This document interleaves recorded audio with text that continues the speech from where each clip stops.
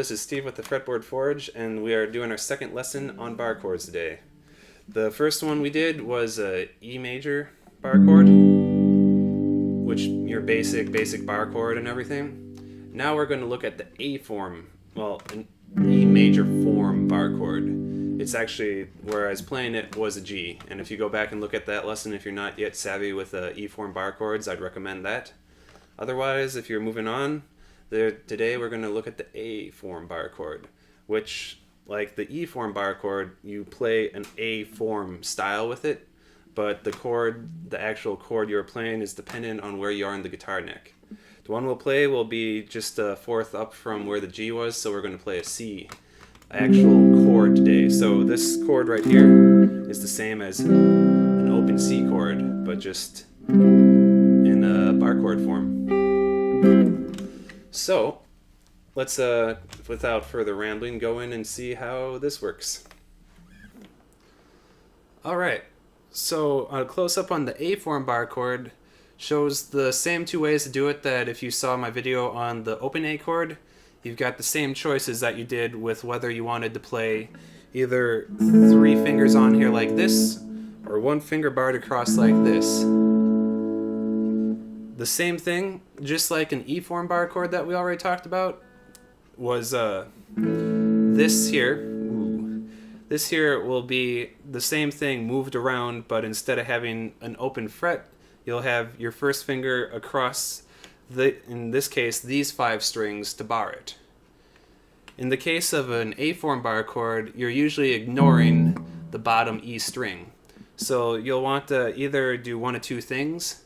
You'll either want to have your finger pushed up against it, so when it's pushing down these 5 strings, the tip of it's just kind of leaning against the top E string here and muting it out. Or if you feel the compulsion, you can bring your thumb up around to do it as well. Like I said before, to make it start easier, in previous lessons I said to make it easier to push down on here, try to keep your thumb along the back middle of the neck. But however your technique works for you, honestly, it might work better the other way. But suggestion-wise, try this first. Alright, so as you look at it then, you can do it this way, where I'll show this one first. You can start out same as an E form. You have this finger barring it. Alright, now this case we're doing it in the same place we were doing a G chord from the lesson with the E form bar chord, which was just down here. But now, since we're not starting as this note as our root, we're starting up here with this note as a root. And everything for the A form bar chords, they'll be rooted off of the 5th string if you do a full A form bar chord. So this note up here is actually a C. So this is a C chord. So just like here, as I showed, C chord. So starting off with the 3-finger version, you'll have your first finger barred down like I said. Then you'll take your middle finger, and this will go the farthest. It will go up to where on the 5th fret of the D string, your middle finger will go up to the 5th fret of the G string, and your pinky will be up on the 5th fret of the B string. So this is actually just, and I just did what I was going to tell you not to do next, so go back and make sure you're playing each note individually and it rings out cleanly and everything, and try that out. So this is just like when we were doing a B chord, which is subsequently right here from our open chords. This is exactly the same type of fingering it was for a B chord, except for instead of barring all these strings up here, you just had your first finger right here, and you were playing the bottom 4 strings of it. So, with that in mind, the way to do it, which is more commonly the way I do it, because I'm like to be lazy with my finger and just lay 1 across there, is you'll push down the similar manner where you'd push down here with your middle finger to make an A chord if you didn't want to put all 3 down. This time you do it with your ring finger.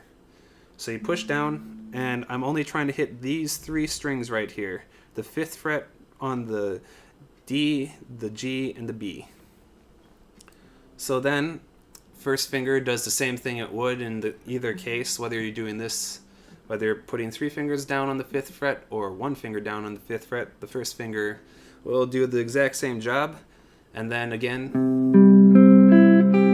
try to get these to sound out evenly. The most common problem will be what you heard there, where your ring finger might want to go and slightly touch the top string or the bottom E string there. So just make sure that you can hear everything come through, and you might want to mute the the E string just to make it less of a higher sounding chord, depending on how you're doing it.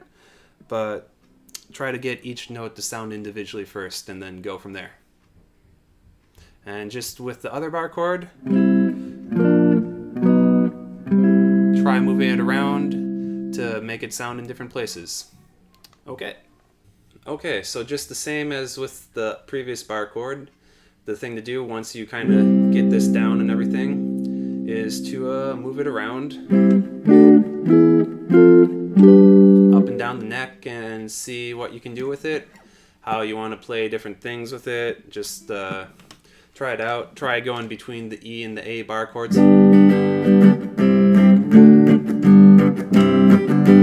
Be as campy as you want to start out, just like that, and take it from there. And as always, for additional lessons, information, see what we have, come over and visit www.fretboardforge.com. Thanks. Have a great day.